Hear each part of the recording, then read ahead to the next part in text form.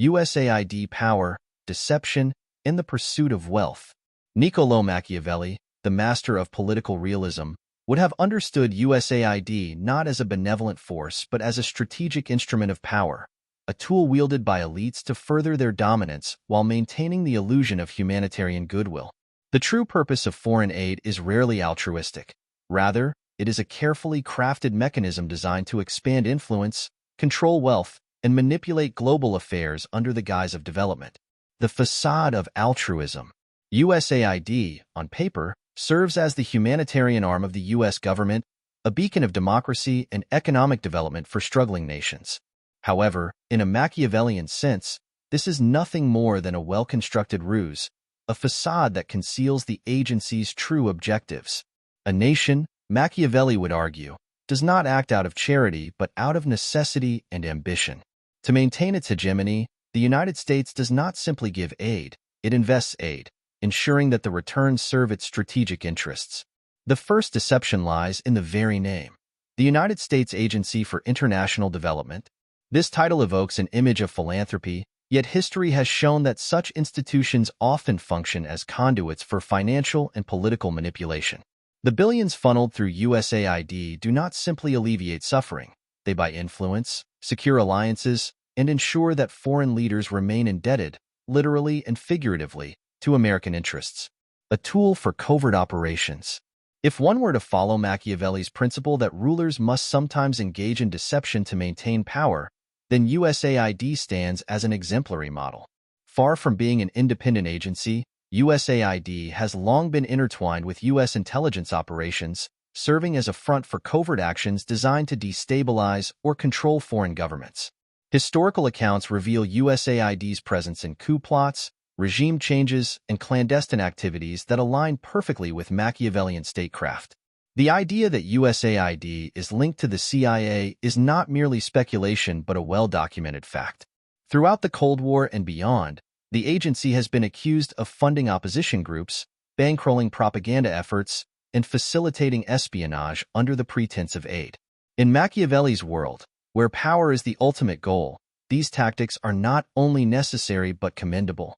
The end, maintaining control and eliminating threats, justifies the means. The Clinton Foundation, a case study in exploitation. Perhaps no modern example better illustrates USAID's dubious role than its connection to the Clinton Foundation. Once bankrupt, the Clintons have emerged as billionaires, with their foundation functioning as a tax-free vehicle for amassing wealth and influence. When dissecting such operations through a Machiavellian lens, one finds an intricate web of financial maneuvering designed to extract maximum benefit from the illusion of charity. USAID's funding patterns raise legitimate concerns about its true purpose.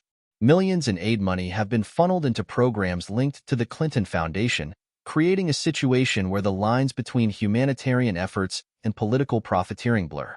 The funds, ostensibly meant for disaster relief and development, instead become currency in the game of power, exchanged for loyalty, leverage, and personal enrichment. Machiavelli would recognize this as a masterstroke of political cunning. By positioning oneself as a humanitarian leader while quietly amassing vast resources, the Clintons, and others like them, ensure their dominance in both domestic and international politics. This is not theft in the crude sense, but rather the art of manipulation perfected, using moral legitimacy as a shield while accumulating power behind the scenes. Following the money, the ultimate political strategy. To understand the true nature of USAID, one must follow the money. Who benefits from these billions in foreign aid? Who controls its distribution? Where does the funding ultimately land? These are the questions that reveal the agency's true purpose. For Machiavelli, the accumulation and control of wealth are paramount to sustaining power. USAID, as it currently functions, does not simply provide aid. It redirects resources in a way that ensures continued dominance by a select few. The billions lost in bureaucratic black holes and non-transparent programs do not disappear. They reappear in the accounts of political dynasties, NGOs acting as financial fronts, and private entities with close government ties. Conclusion: the necessity of deception. Machiavelli would neither condemn nor praise USAID's operations. He would merely recognize them as a necessary function of statecraft.